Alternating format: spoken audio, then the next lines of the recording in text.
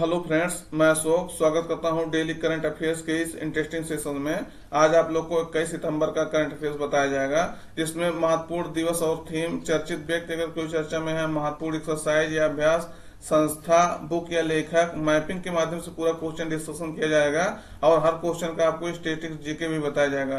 तो वीडियो काफी इंटरेस्टिंग होने वाला है, जो आपके एग्जाम के लिए तो काफी इंपॉर्टेंट रहेगा ही, आपके जनरल अवेयरनेस के लिए भी काफी इंपॉर्टेंट रहेगा। तो वीडियो लास्ट तक देखिएगा, कई सारे डाउट आपको क्लियर होने वाले हैं, जो कई सारे नई जानकारी आपको जरूर मिलेगा। तो वीडियो लास्ट तक देखिएगा, तब आपको पता चलेगा कि सेशन किस तरह का है, क्योंकि काफी अच्छे लेवल पे जाकर के इसको तैयार किया जाता है। तो ये देखिएगा, आज जो है अंतर्राष्ट्रीय शांति दिवस मनाया जा रहा है, इंटरनेशनल पीस डे। तो कब मनाया जा रहा है? 21 सितंबर को मनाया जा रहा है 2024 को। इम्पोर्टेंट हो जाता है, अंतर्राष्ट्रीय स्तर पर शांति स्थापित करने के लिए यह दिवस मनाया जाता है।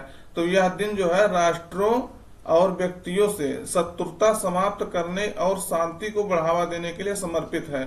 तो इम्पोर्टेंट हो जाता है। और संयुक्त राष्ट्र महासभा जो है इसको मनाता है, ये चीज आपको इन्होंने ही घोषणा किया था। तो ये कभी कभी क्वेश्चन ये पूछा जाता है, ये कौन ये इसको मनाता है।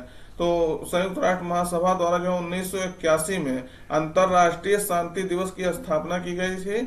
सबसे पहला अंतर्राष्ट्रीय शांति दिवस 21 सितंबर 1982 को मनाया गया था। 1981 में अगर घोषणा किया जाएगा तो 1982 में मनाया जाएगा, ये निश्चित रूप से तय है। तो जो है कब मनाया जाता है? तो 1982 में पहली बार मनाया गया था, इम्पोर्टेंट हो जाता है। और 2001 में जो है संयुक्त राष्ट्र महासभा ने एक प्रस्ताव पास किया था। उस प्रस्ताव पास करके 21 सितंबर को अहिंसा और युद्ध विराम के अंतर्राष्ट्रीय शांति दिवस के रूप में भी इसको स्थापित किया था। तो इसी दिवस को ही अहिंसा और युद्ध विराम के अंतर्राष्ट्रीय शांति दिवस के रूप में भी इसको स्थापित किया था। तो इम्पोर्टेंट हो जाता है कब से? 2001 से। तो इसको ध्यान रखिएगा। तो आप लोग भी जो है शांति अपना जो है बनाए रखिएगा, अपने आसपास जो है कम से कम जो है लड़ाई झगड़ा मत करिएगा। अगला देखिएगा, विश्व अल्जाइमर्स दिवस जो है कब मनाया जा रहा है? World Alzheimer's day. तो 21 सितंबर को जो है 2024 को अल्जाइमर्स डे मनाया जा रहा है, इंपॉर्टेंट हो जाता है वर्ल्ड अल्जाइमर्स डे। तो विश्व अल्जाइमर्स दिवस जो है अल्जाइमर रोग और दिमागी रोगों के प्रति लोगों के बीच जागरूकता बढ़ाने के लिए मनाया जाता है। तो ये एक दिमागी रोग ही इसको कह लीजिएगा, क्योंकि जो हम अभी आपको बताएंगे इसमें क्या क्या होता है। तो दिमाग इसमें कम काम करने लगता है, जान लीजिए। और विश्व अल्जाइमर्स दिवस को जो है पहली बार 21 सितंबर 1994 को मनाया गया था। तो इम्पोर्टेंट हो जाता है कब मनाया गया था? 1994 में। तो ये क्वेश्चन जो है आपका हो सकता है, अगर कोर्ट में बनाएगा क्वेश्चन तो ये पूछा जा सकता है। अल्जाइमर रोग का सबसे पहला इलाज जो है, इलाज अलोइस अल्जाइमर ने सबसे पहले 1901 में जो है एक जर्मन महिला थी, तो उनका इलाज किया था। तो इसी के याद में, इन्हीं के याद में पहले नंबर इनके अल्जाइमर के नाम पे जो है इनका नाम, इस डिजीज का नाम अल्जाइमर्स पड़ा है। और तो उसी के याद में जो है 1994 में, ये 94 से ये दिवस मनाया जाने लगा है। तो इम्पोर्टेंट हो जाता है। अगला क्वेश्चन देखिएगा, ये पहले नंबर ये अल्जाइमर्स के बारे में देख लीजिएगा कि अल्जाइमर्स में क्या क्या साइन होता है। तो ये जो मेमोरी लॉस हो जाएगा आपका, उतना आपको समझ नहीं आएगा और मूड में आपके चेंजेस रहेगा, ये सब है। इसमें बढ़िया दे दिया है, इसको देखिएगा। तो कंफ्यूजन रहेगा टाइम एंड लोकेशन में, आपका मतलब पता नहीं चलेगा टाइम क्या हो रहा है, लोकेशन किधर जा रहे हैं। डिफिकल्टी आएगा कंपेटिंग फैमिलियर टास्क में, जो आपका पर डे का कार्य है उसमें जो आपको दिक्कत होगा। आइटम्स को कोई आपको इधर उधर करने में दिक्कत होगा। प्रॉब्लम कोई आप नहीं सॉल्व पर कर पाएंगे। मेमोरी लॉस होने लगेगा। उसके बाद सोशल एक्टिविटीज आप जो है नहीं करेंगे, यानी आप जो है अकेलापन आपको महसूस होगा, अकेलापन में ही रहना आप पसंद करेंगे। पुअर जजमेंट, आपका जजमेंट कोई भी देंगे तो अच्छा जजमेंट नहीं रहेगा। उसके बाद इमोशन आपका मतलब उतना नहीं रह जाएगा परिवार के प्रति या लोगों के प्रति। और शब्द आपको बोलने में दिक्कत होगा, शब्द नहीं सही से चूज कर पाएंगे। तो ये सब जो है इमेज नहीं पहचान मिलेगा। तो ये सब आपको समस्याएं होती है अल्जाइमर्स में, इसके बारे में जानिएगा। और कब से मनाया जा रहा है ये भी जानिएगा। क्वेश्चन देखिएगा कि राष्ट्रपति द्रौपदी मुर्मू कहां पर ICAR राष्ट्रीय माध्यमिक कृषि संस्थान के शताब्दी समारोह में भाग लिया। तो राष्ट्रपति द्रौपदी मुर्मू कहां पे भाग लिया? तो विकल्प में है, ये देखिएगा शताब्दी समारोह था तो वहां उन्होंने भाग लिया था। तो इम्पोर्टेंट हो जाता है। विकल्प में रांची, जयपुर, नई दिल्ली, भोपाल। तो सही उत्तर आपका रहेगा झारखंड की राजधानी रांची में जो है राष्ट्रपति द्रौपदी मुर्मू ने भाग लिया था। ये देखिएगा राष्ट्रपति द्रौपदी मुर्मू है और यहाँ के राज्यपाल जो है संतोष गंगवार और मुख्यमंत्री हेमंत सोरेन। तो ये जो है वहां कहा राष्ट्रीय माध्यमिक कृषि संस्थान में जो है शताब्दी समारोह में इन्होंने भाग लिया था। अगला क्वेश्चन देखिएगा, केंद्रीय वाणिज्य मंत्री कौन है? पीयूष गोयल है, आप सब जानते होंगे। तो केंद्रीय वाणिज्य मंत्री जो है कहां पर आयोजित हो रहे 21वीं आसियान भारत आर्थिक मंत्रियों की बैठक में भाग लेंगे? तो कहां पे ये आयोजित हो रहा है ये पूछ रहा है। विकल्प में है वियंतियाने, जकार्ता, हनोई, सिंगापुर। तो सही उत्तर आपका रहेगा वियंतियाने या वियंतियान, जो भी कह लीजिए, ये लाओस की राजधानी है। तो वहां जो है कहने का मतलब अब की बार जो है लाओस में ये इसका वो हो रहा है। तो यहाँ पीयूष गोयल जो है केंद्रीय वाणिज्य और उद्योग मंत्री, वहाँ ये 20 से लेकर के 21 तारीख तक जो इसमें शामिल होंगे। तो इम्पोर्टेंट हो जाता है, मतलब कल 20 था आज 21, तो यहाँ शामिल हो रहे हैं। तो इसके बारे में आप जान लीजिएगा। केंद्रीय वाणिज्य एवं उद्योग मंत्री पीयूष गोयल जो है 21वीं आसियान, ये 21वीं, इसको भी ध्यान रखिएगा, आसियान भारत आर्थिक मंत्रियों की बैठक 12वीं और 2 बैठक हो रहा है। 12वीं पूर्वी एशिया शिखर सम्मेलन जो है आर्थिक मंत्रियों की बैठक में भाग लेने के लिए 20 से 21 सितंबर को वियंतियाने जो है, जिसको कहते हैं लाओ पीपुल्स डेमोक्रेटिक रिपब्लिक, जिसे लाओस कहते हैं, तो दौरा करेंगे। तो इंपॉर्टेंट हो जाता है ये लाओस में अब की बार हो रहा है, ये आपको पूछा जा सकता है। और उसके बाद कहाँ इसकी राजधानी में हो रहा है, वियंतियाने। तो आसियान की इन वार्षिक बैठकों को आयोजन जो है अपने संवाद भागीदारों के साथ इस वर्ष लाओ द्वारा किया जा रहा है, लाओस द्वारा। और पीडीआर वर्ष 2024 के लिए आसियान का अध्यक्ष भी है पीडीआर। तो यह नहीं लाओस जो है, ये क्वेश्चन आपसे पूछा जा सकता है कि आसियान 2024 का अध्यक्ष कौन है बनाया गया है आयोजित करने के लिए, तो लाओस है। यहाँ आपको 2-3 क्वेश्चन कवर हो रहा है, तो इसको ध्यान से देखिएगा। और ये जो 12वीं पूर्वी एशिया शिखर सम्मेलन है, इसमें जो है 18 देश भाग लेते हैं। 10 तो जो है आसियान के देश हैं और 8 जो है भारत, यूएसए जैसे देश हैं इसमें शामिल होते हैं जो इसके सदस्य हैं। तो इम्पोर्टेंट हो जाता है, जो इसके सदस्य नहीं कहेंगे, इसके जो है इनवाइटेड मेंबर हैं। तो ये क्वेश्चन आपसे 18 लोग इसमें भाग लेते हैं, तो वहां भी इसके आर्थिक मंत्रियों की बैठक हो रही है, तो वहां भी ये भाग लेंगे।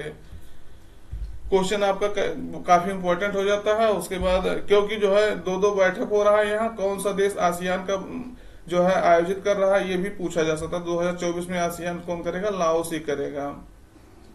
और लाओस के बारे में आप जानिएगा 10 सदस्य तो हैं अभी, लेकिन एक सदस्य जो है पूर्वी तिमोर को बनाया गया। अब इसको कब जोड़ा जाएगा, ये तो कभी बहुत पहले से बनाया गया, लेकिन हर जगह आपको यही क्वेश्चन देखने मिल रहा है कि मतलब 10 ही सदस्य अभी हैं। तो इसको मतलब सदस्य बना लिया गया है, लेकिन अभी पूर्ण रूप से जोड़ा नहीं गया है। आसियान के बारे में देखिएगा, आसियान जो है 1961 में जो है इसको फाउंड करने के लिए कहा गया था, association of south east Asia के रूप में। लेकिन जो है 1967 में ये जो है अपने रूप में आया था। जब थाईलैंड में जो है ये 5 ग्रुप बने थे, जब फिलीपींस, मलेशिया, थाईलैंड जो है इसके रूप में ये 3 ग्रुप जो है सदस्य बने थे। इसके रूप में जो है 8 अगस्त 1967 को जो है ये आया था। किस डिक्लेरेशन से आया? तो बैंकॉक डिक्लेरेशन आया था, उसके तहत ये बने थे। तो इम्पोर्टेंट हो जाता है। और ये जो है इसमें 5 कंट्री उस समय थे, इंडोनेशिया, मलेशिया, फिलीपींस, सिंगापुर और थाईलैंड के रूप में जब आसियान का इसका गठन हुआ था। पहले एएसए हुआ था 1961 में, उसके बाद 1967 में जो है इसको आसियान किया गया था 5 देश के रूप में। ये इसके देश हैं, इसको देख लीजिएगा, क्योंकि आपके कई बार ये क्वेश्चन पूछा गया कि आसियान में कौन इसमें सदस्य है या नहीं है। तो म्यांमार है, थाईलैंड है, कंबोडिया है, सिंगापुर है, इंडोनेशिया है, मलेशिया है, ब्रुनेई है, उसके वियतनाम है, लाओस है, फिलीपींस है, और पूर्वी तिमोर जो है यहाँ देश है, उसको भी बनाया गया है, लेकिन अभी वो उसमें शामिल नहीं हो रहा है। अगला क्वेश्चन देखिएगा कि टाइम्स ट्रेवल ने किस यूनेस्को स्थल को एशिया में सर्वाधिक फोटोजेनिक यूनेस्को स्थल घोषित किया गया? तो फोटोजेनिक यूनेस्को स्थल मतलब यह है कि कौन सा यूनेस्को साइट है जहां लोग सबसे ज्यादा जाकर के फोटो क्लिक करते हैं। तो ये जो है अंकोर ये देखिएगा, सॉरी, तो ये कौन सा है? तो विकल्प में है अंगकोर वाट मंदिर, ताजमहल, सांची स्तूप, खजुराहो। तो सही उत्तर आपका रहेगा अंगकोर वाट मंदिर जो है ये कंबोडिया में स्थित मंदिर है, विष्णु मंदिर है। तो इसके बारे में डिटेल देख लीजिएगा। अंगकोर वाट मंदिर जो है कंबोडिया में स्थित विष्णु मंदिर है, जो 12वीं शताब्दी में बना था और 1992 ईस्वी में इसे जो है यूनेस्को का विश्व धरोहर स्थल घोषित किया गया था। तो 12वीं शताब्दी में बना था, 1992 में ईस्वी में इसे यूनेस्को का विश्व धरोहर स्थल घोषित किया गया था। और वही इस टाइम्स जो है ट्रेवल्स में देखेंगे तो दूसरे स्थान पर जो है कौन है, ताजमहल, अपने आगरा का ताजमहल उत्तर प्रदेश में जो है। और तीसरे स्थान पे वही हम्पी देखेंगे जो कहाँ है, कर्नाटक में है। तो इम्पोर्टेंट हो जाता है। तो ये आपका अपने देश का ये है, तो इसके लिए ये अपना देश वाला तो इम्पोर्टेंट हो जाता है। पहले स्थान पे कौन है वो भी इम्पोर्टेंट हो जाता है। तो ताजमहल जो है पहले स्थान पे, हम्पी जो है तीसरे स्थान पे, ये दूसरे स्थान पे, सॉरी ताजमहल दूसरे स्थान पे और हम्पी तीसरे स्थान पे है। ये देखिएगा कंबोडिया की जो राजधानी है नाम पेन है। तो ये देख लीजिएगा, ये लैंडलॉक कंट्री नहीं है, इसको जो है ये सीमा साझा करता है इधर से, गल्फ ऑफ थाईलैंड वगैरह जो है यहाँ है। क्योंकि जो है ये क्वेश्चन आपसे पूछा गया कि इसमें कौन सा देश जो है, 4-5 देश, यहाँ से 4 देश दिया था, तो कौन सा देश इसमें लैंडलॉक नहीं है। तो इधर ऊपर आप लाओस देखेंगे, अभी इसके बारे में थोड़ा और न्यूज रहेगा। तो ये जो है लाओस है आपका, इसका सदस्य नहीं, मतलब वो लैंडलॉक कंट्री है, ये लैंडलॉक कंट्री है लाओस। तो ये क्वेश्चन पूछा गया है। अगला क्वेश्चन देखिएगा कि हाल ही में प्रधानमंत्री अन्नदाता आय होगा, तो अन्नदाता आय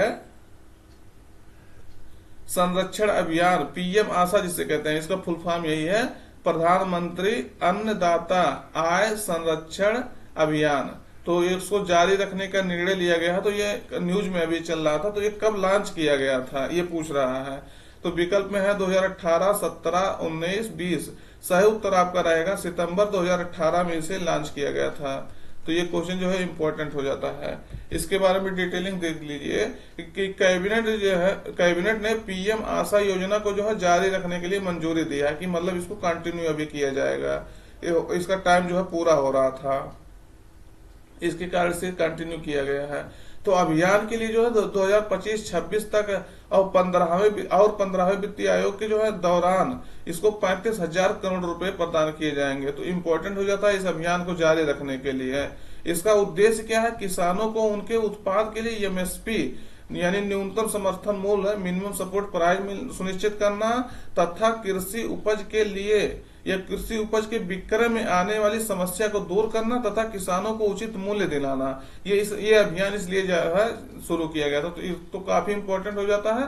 कहने का मतलब किसानों के कल्याण के लिए, किसानों के उत्थान के लिए ये योजना चालू किया गया था। अगला देखिएगा, लाइट कम्बैट एयरक्राफ्ट यानी LCA तेजस की पहली महिला फाइटर पायलट कौन बनी है। तो अब देखिएगा क्या कर रहा है, लाइट कम्बैट एयरक्राफ्ट की पहली महिला। अब यहाँ जब ऐसे आपको कहीं क्वेश्चन पूछे जाए पहली महिला फाइटर पायलट कौन बनी है, तो विकल्प में भावना सिंह, मोहना सिंह, मोनिका सिंह, प्रियाकांत। तो सही उत्तर आपका रहेगा बी इसमें आपका सही रहेगा। मोहना सिंह जो है इस उपलब्धि को हासिल की है। तो ये देखिएगा इनका इमेज है, ये है मोहना सिंह। ये तो इनका मोहना सिंह जो है लाइट कम्बैट एयरक्राफ्ट तेजस को ऑपरेट करने वाली 18 फ्लाइंग बुलेट्स स्क्वाड्रन में शामिल हो गई हैं। तो इम्पोर्टेंट हो जाता है ये, इसको जो है पहली महिला बनी है, तो LCA तेजस की पहली महिला फाइटर पायलट बनी है। तो ये है इनका जो है इमेज। अगला क्वेश्चन देखिएगा, केंद्र सरकार ने किस देश की सीमा पर बाढ़ लगाने के लिए, बाढ़ मतलब जो है उसको बाढ़ समझते होंगे आप लोग, तो उसको जो है घेरने के लिए 31,000 करोड़ रुपए जो है मंजूर किए हैं फेंस। तो बाढ़ लगाने के लिए कौन से 31,000 करोड़ रुपए कहाँ मंजूर किए हैं, किस सीमा पर लगाने के लिए, तो कैबिनेट की अभी जो कैबिनेट ने इसको मंजूर किया है। तो विकल्प में नेपाल, बांग्लादेश, म्यांमार, चीन। सही उत्तर आपका रहेगा म्यांमार। तो म्यांमार से जो है आप सब जानते होंगे कितने घुसपैठिए जो है रोहिंग्या जैसे घुसपैठिए कितने ज्यादा जो है देश में आ गए थे। तो उसके कारण से जो है उसको सीमा को सुरक्षित करने के लिए और सुरक्षित करने के लिए म्यांमार सीमा को, तो इसको जो है 31,000 करोड़ रुपए जो है बाढ़ लगाने के लिए मंजूर किया गया है। तो इम्पोर्टेंट हो जाता है म्यांमार के साथ ये किया गया है। तो डिटेल्स में देखिएगा कि म्यांमार जो है भारत से 1643 किलोमीटर का जो है अपना बॉर्डर साझा करता है, तो यानी सीमा साझा करता है। तो इम्पोर्टेंट हो जाता है क्योंकि काफी न्यूज में है और यहाँ बाढ़ लगाने के लिए भी कहा गया है। तो 1643 किलोमीटर टोटल जो है सीमा साझा करता है ये इधर पूर्वी राज्य जो है उत्तर पूर्वी राज्यों के साथ। अभी आपको हम मैप में दिखा देते हैं। सबसे ज्यादा सीमा आप देखेंगे तो अरुणाचल प्रदेश के साथ 520 किलोमीटर है, उसके बाद आपका मिजोरम आएगा तो 510 किलोमीटर उसके साथ सीमा साझा करता है। मणिपुर के साथ 398 किलोमीटर और नागालैंड के साथ 215 किलोमीटर जो है सीमा साझा करता है। तो आपको ये पता होना चाहिए कि 4 राज्यों से ये सीमा साझा करता है। तो ये देखिएगा यहाँ म्यांमार है और इधर जो है अरुणाचल प्रदेश, नागालैंड, मणिपुर और मिजोरम। तो सबसे ज्यादा जो है कहाँ 520 किलोमीटर सबसे ज्यादा अरुणाचल प्रदेश के साथ सीमा साझा करता है। तो ये क्वेश्चन आपका पूछा गया है किस किस राज्य से सीमा साझा करता है, और कोई इसमें वो नहीं है पूछने में कि कौन से राज्य के साथ सबसे ज्यादा सीमा साझा करता है। तो 520 किलोमीटर अरुणाचल प्रदेश के साथ, नागालैंड के साथ जो है कम है और मणिपुर के साथ भी कम है, और इसके साथ मिजोरम के साथ 510 किलोमीटर। तो इम्पोर्टेंट हो जाता है क्योंकि ये पूरा देखिएगा ऐसे ऐसे जाकर के ऐसे फिर यहाँ सीमा साझा कर रहा है। तो ये 4 राज्य ही केवल के साथ सीमा साझा करता है, त्रिपुरा के साथ नहीं करता। ये चीज आप ध्यान रखिएगा क्योंकि ये कंफ्यूज किया है विकल्प में पूछा है जब क्वेश्चन। तो 4 राज्यों के साथ ये सीमा साझा करता है। इसके बारे में ये देखिएगा, ये म्यांमार और इंडिया का मैप है।